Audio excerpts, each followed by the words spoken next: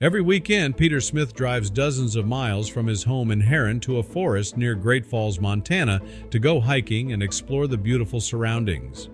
Peter is a lover of nature and he likes to take long walks in the woods. He almost always goes alone, including this day. It will be a day he will never forget. But before we start our story, smash the like button. Make sure to subscribe and hit the notifications bell so you won't miss any new stories. As always, he walks along the beautiful creeks and rivers in the forest. Normally, Peter has a fixed route, but today he plans to take a different route, a little deeper into the forest. The forest is very big. Chances are that Peter will lose his way. The forest is tens of miles in size and has several paths that all lead elsewhere. This time, Peter wants to get off the path to see more of nature. Just to be sure, he has informed a friend that he's in the woods. If he doesn't return in one day, the friend will call the police. When Peter has walked about 3 kilometers into the forest, he comes across an abandoned barn. Seems like no one has been there for years. The wood of the shed is completely rotten, and the black paint is gone. Then, a little further, he sees an abandoned stone building. Since he is all alone and has a very bad telephone connection, he thinks it is a risk to just enter the building. First, the building could collapse when he goes inside, and second, there could be someone or something in there.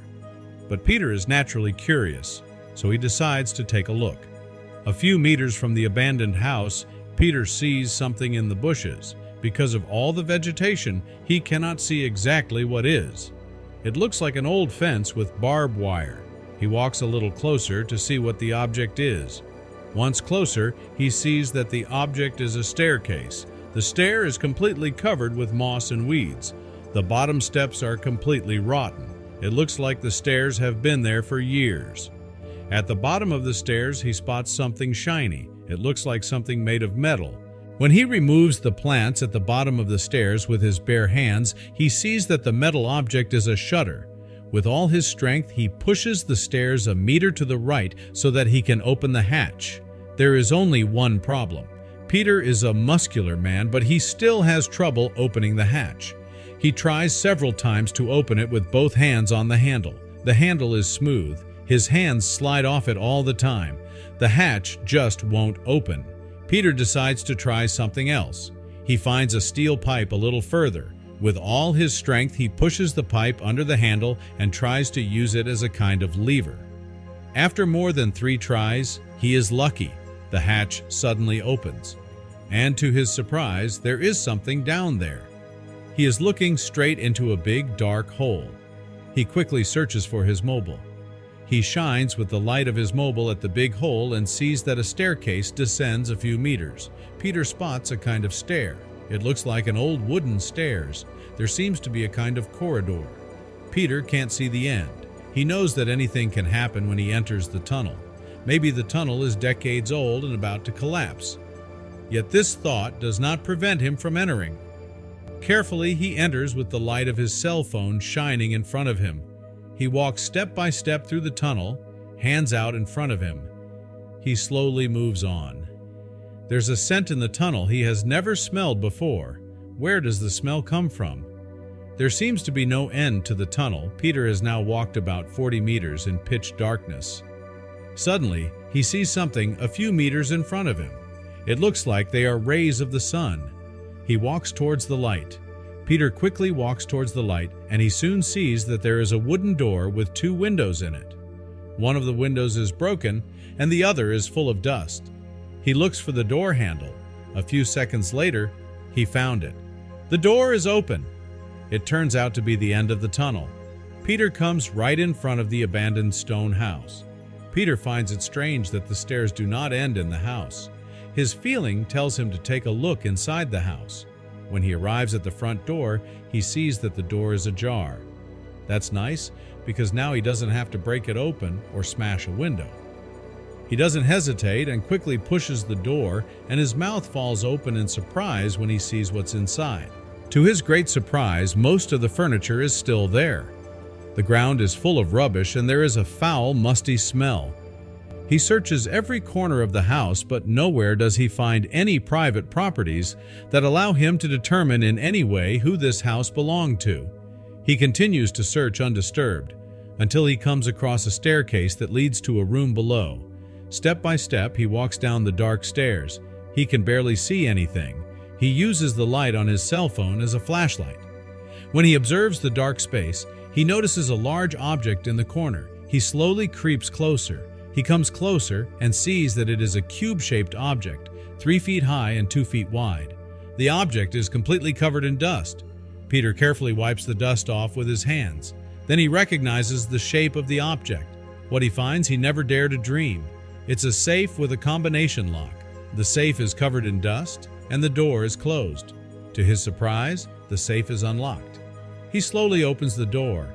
What he finds inside will make you scared. The first thing he sees when he opens the safe are banknotes, countless of them, stacked on top of each other. They are wrapped in plastic. At first glance, they look like US dollars. Peter estimates it should be around $3,000. Peter pushes the notes aside and comes across a box of about 1 foot in circumference. There is a small keyhole on the front. There is an old key on the lock. Peter tries to open the lock with this key. Fortunately, the lock still works. When he opens the box, he doesn't believe his eyes. There is a weapon at the bottom of the box. Is it real of a fake one? Peter is not very familiar with weapons, but he immediately recognizes the shape of a revolver. And that ain't all. The revolver is completely made of gold. Peter carefully lifts the pistol out of the box. The weight of the gun is unreal. He barely managed to keep it in his hands. He carefully opens the cylinder with the 6 chambers. And guess what? There are 3 bullets left in the cylinder. The cylinder is built to lodge 6 bullets. Maybe the other 3 are already used. Peter quickly puts the revolver back in the box and continues his investigation of the safe. He notices something small in the back of it. He shines his light from his cell phone towards the back of the safe. He does not really see what lies there in front of him. When he approaches the object with his hands, he notices the musty smell of it, like the smell in the tunnel. The object looks like a backpack. The bag is completely moldy. Peter takes the bag out of the safe very carefully. He now sees that is an old school bag. The bag is made of leather and has several small pockets. Curious, Peter opens the bag and takes out some documents. At first glance, there doesn't seem to be special documents. Then he sees what they are. Passports. But there is something special about these passports, because they are not U.S. citizens. There are ID documents from countries all over the world. France, Germany, Brazil, but mostly many Russian passports. Peter doesn't understand. There aren't United States passports among them. How come? He opens one of the passports and sees a Russian name, Andrei Rostov. The name doesn't ring a bell. Is it a real name? The photo of the guy looks real. Then he opens another one, hoping this one will tell him more. The first thing he sees is a photo of a man. He looks sporty and quite young. Peter estimates he must be around 30 years old. As with the other passport, this man has a Russian name, Igor Nikolaev. What's going on here? Curious, Peter opens the bag and takes out some documents. At first glance, there doesn't seem to be special documents. Then he sees what they are, passports. But there is something special about these passports, because they are not U.S. citizens. There are ID documents from countries all over the world, France, Germany, Brazil, but mostly many Russian passports. Peter doesn't understand. There aren't United States passports among them. How come? He opens one of the passports and sees a Russian name, Andrei Rostov. The name doesn't ring a bell. Is it a real name? The photo of the guy looks real. Then he opens another one, hoping this one will tell him more. The first thing he sees is a photo of a man. He looks sporty and quite young. Peter estimates he must be around 30 years old. As with the other passport, this man has a Russian name, Igor Nikolaev.